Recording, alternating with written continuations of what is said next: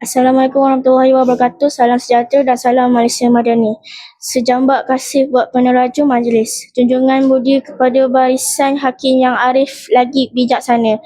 Guru-guru pemangkin intelek bangsa, seterusnya rakan-rakan yang saya kasih sekalian. Cuba kita fikirkan sejenak.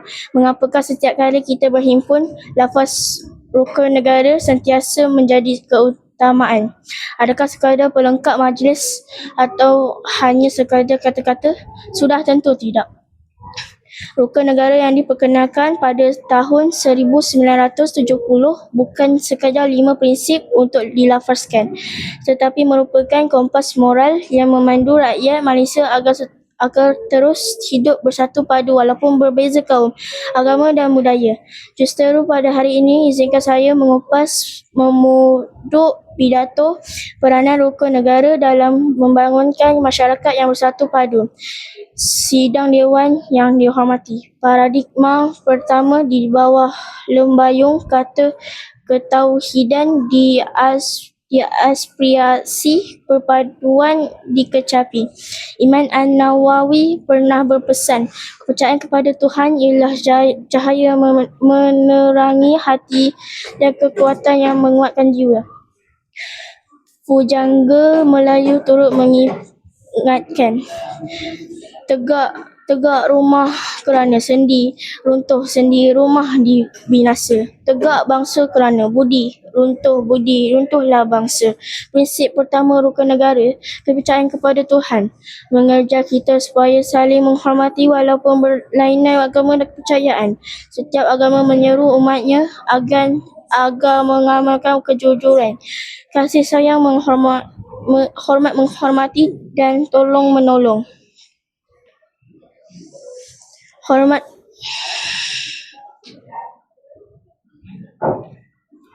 Apabila nilai-nilai murni ini diamalkan, hubungan sesama masyarakat akan menjadi lebih erat. Seterusnya melahirkan sebuah negara yang aman, harmoni dan bersatu padu. Sidang Dewan dimuliakan. Paradigma kedua di bawah lembayung kata kesetiaan diutamakan, negara dimartabatkan. Tun Dr. Matahir Mohamad pernah menyatakan kepatuhan kepada raja adalah cerminan kesetiaan kita kepada bangsa dan negara. Burung merpati terbang sekawan, hinggap sebentar di pohon jati. Setia kepada raja dan watan, negara aman rakyat dihormati. Prinsip kedua rukun negara, kesetiaan kepada raja dan negara, mengajar kita supaya menghormat institusi diraja, mencintai tanah air serta mematuhi undang-undang. Sebagai murid, kita boleh menunjukkan kesetiaan dengan menghormat jalur gemilang, menyanyikan lagu negaraku dengan penuh semangat, menjaga nama baik sekolah serta memupuk semangat patriotisme sejak di bangku sekolah lagi.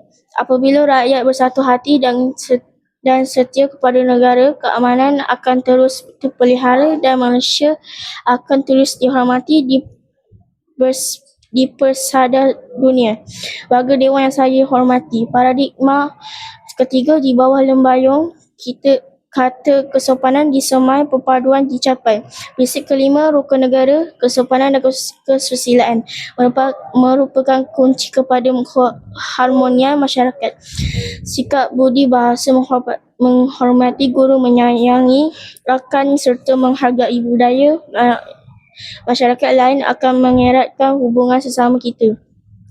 Menurut Baitasa Gradician, kesopanan ialah cara terbaik menunjukkan rasa hormat terhadap orang lain. Jelaslah bahawa apabila setiap rakyat mengamalkan kesopanan dalam tutur kata dan tingkah laku, perpaduan akan terus subur. Perselisihan dapat dielakkan dan keamanan negara akan terus terpelihara. Sidang Dewan yang saya muliakan, sebagai penutup bicara, marilah kita menghayati 3 prinsip rukun negara yang telah saya uraikan, iaitu kepercayaan kepada Tuhan, kesetiaan raja dan negara serta kesopanan dan kesusilaan. Jadikanlah rukun negara dan dan sekadar lafaz ketika perhimpunan, tetapi amalan dalam kehidupan seharian. Bersatu kita teguh, bercerai kita roboh. Sekian, terima kasih. Wabillahi wa taufiq wa hidayah. Wassalamualaikum warahmatullahi wabarakatuh.